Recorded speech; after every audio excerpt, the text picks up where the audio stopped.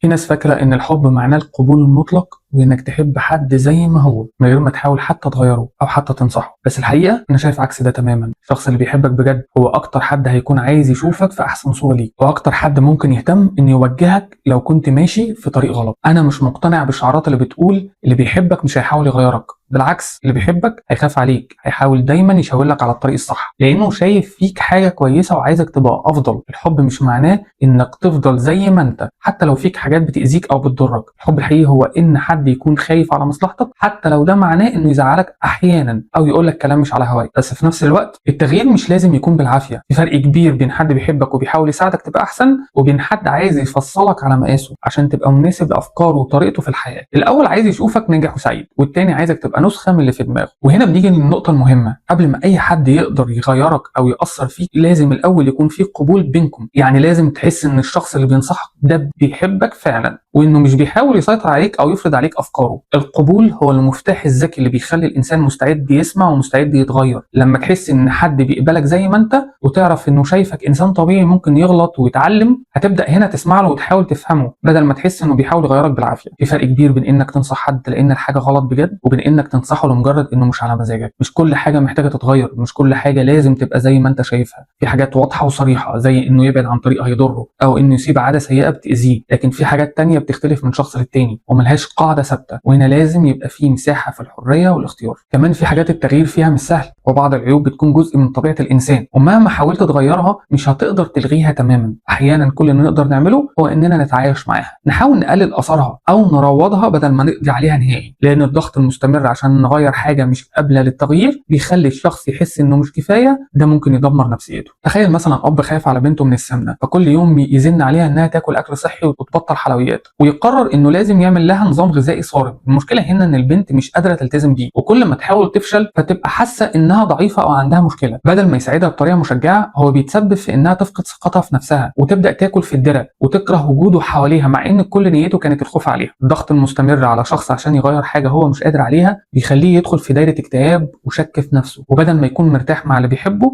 بيحس انه طول الوقت في اختبار وانه مش مقبول غير لو اتغير. وهنا الحب بدل ما يكون دعم بيبقى حمل تقيل على القلب. عشان كده لازم نفهم الفرق بين التغيير الصحي والتغيير بالاجبار. لازم يبقى في مساحه من القبول والتفاهم قبل اي محاوله للتغيير. العلاقات السويه هي اللي بتجمع بين الحب والاحترام، بين القبول والرغبه في التحسن، بين انك تحب حد بعيوبه وانك تساعده يبقى احسن من غير ما تحسسه انه ناقص او مش كفايه. الحب الحقيقي هو انك تقول لحد انا بحبك زي ما انت لكن عايزك تبقى احسن ومش هسيبك لوحدك في الرحله ديت. مش انك تفضل تضغط عليه عشان يكون نسخه من اللي في دماغك، ولا انك تتخلى عنه لانه مش قادر يتغير بالطريقه اللي انت متوقعها. لما التغيير يكون نابع من حب حقيقي ولما يكون في مساحه من القبول والتفاهم، وقتها بس التغيير بيكون صحي ومفيد وبيخلي الشخص فعلا احسن، مش بس عشان يرضي اللي حواليه لكن لانه مقتنع انه بيعمل ده لنفسه. انا جاي عشان اقول لك الضلمه. سلام.